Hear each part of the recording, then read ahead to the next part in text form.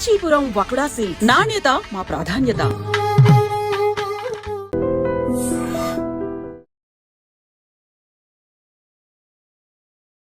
Hi, hello, నమస్తే, welcome back to iDream media. ఈరోజు మనతో ఉన్నారు హైకోర్టు అడ్వకేట్ అలాగే ఇమిగ్రేషన్ లాయర్ అయిన పృథ్వీ గారు. ముఖ్యంగా అమెరికా ఇమిగ్రేషన్ స్క్రీనింగ్ మరింత కట్టుదిట్టం చేసిందని తెలుస్తూ ఉంది. లేటెస్ట్ అమెరికన్ అప్డేట్ ఇది. ట్రంప్ ఇక సోషల్ మీడియా పోస్టుల మీద కూడా ఆంక్షలు విధించారు అనే విషయాలు అయితే మనకి తెలుస్తూ ఉన్నాయి. వీటిపై అప్డేట్స్ అనేవి మనం పృథ్వీ గారి నుంచి తీసుకుందాం.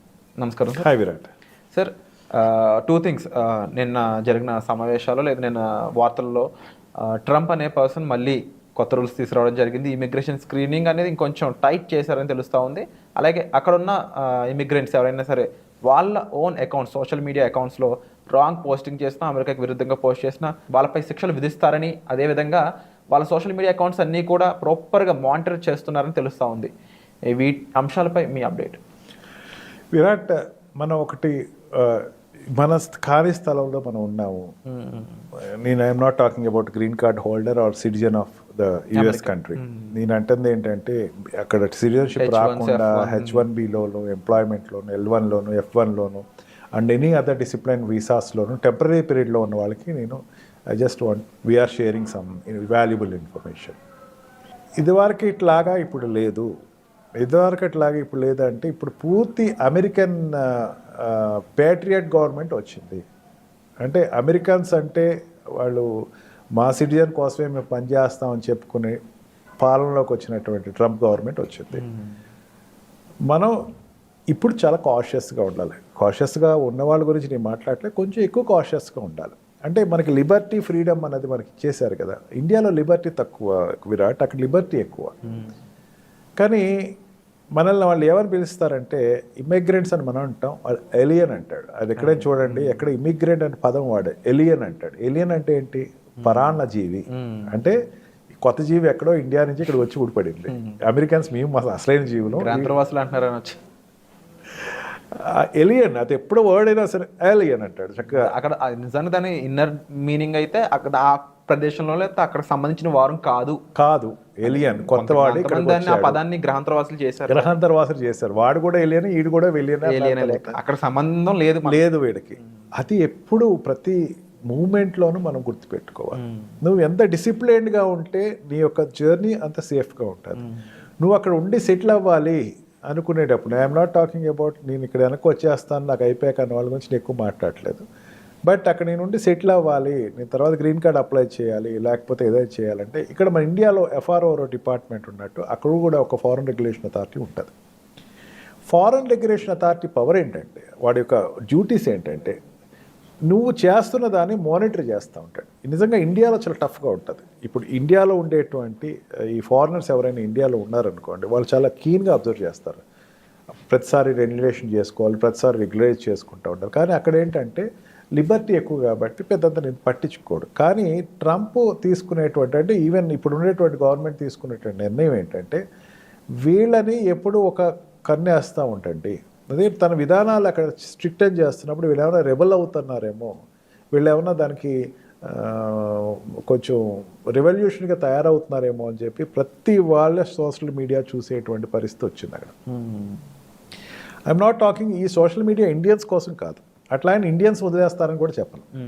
ఇదంతా కూడా మొన్న ఈ కంట్రీ బ్యాన్స్ పెట్టినప్పుడు ఆఫ్ఘనిస్తాన్ కానీ పాకిస్తాన్ కానీ బ్యాన్ చేసినప్పుడు, అండ్ ఆల్సో తను రష్యా మీద తన పాలసీస్ ఎక్స్ప్రెస్ చేసినప్పుడు, ఇప్పుడు ఎట్లా ఉంటుందంటే మెయిన్ నేను అనుకుంటూ ఏంటంటే అక్కడ రష్యాకి అమెరికాకి ఒకప్పుడు వరకు అసలు చాలా పడనటువంటి పరిస్థితి. ఇప్పుడు ఈవెన్ అపోనెంట్ పార్టీస్ ఏమంటున్నారంటే ఇది is an agent to Russia అంటున్నారు.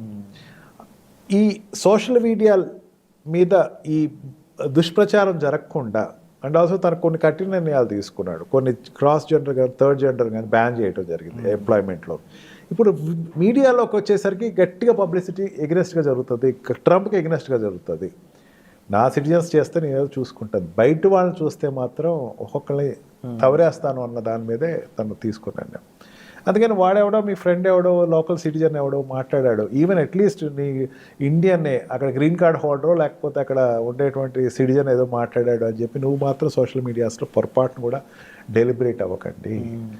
బీ కాషియస్, చాలా కాషియస్గా ఉండండి. మీరు ఉండేటువంటి డిసిప్లిన్లో మీరు ఉండండి.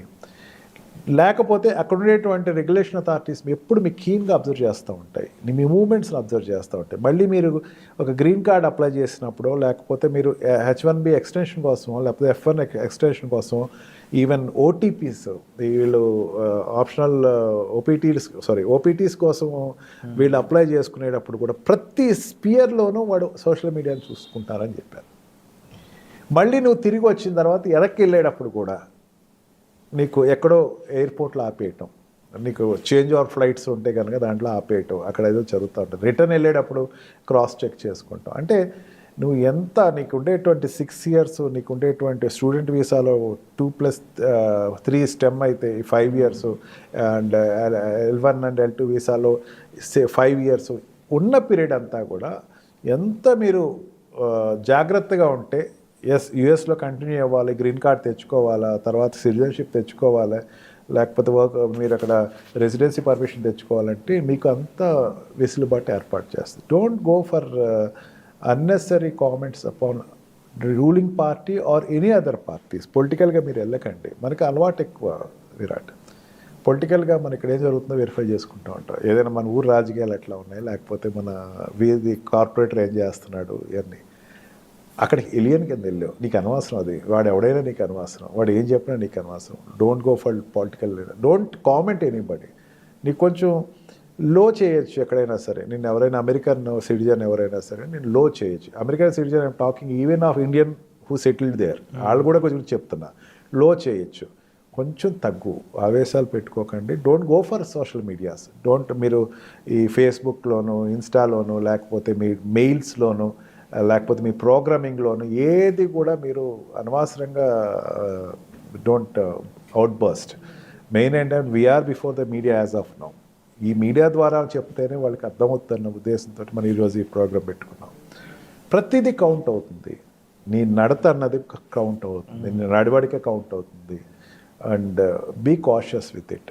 అండ్ తప్పకుండా అక్కడ చదువుకున్న స్టూడెంట్స్ అయి ఉండొచ్చు, ఇండియన్ స్టూడెంట్స్, అండ్ అక్కడ పనిచేస్తున్న వాళ్ళు అయి ఉండొచ్చు H1s మీద.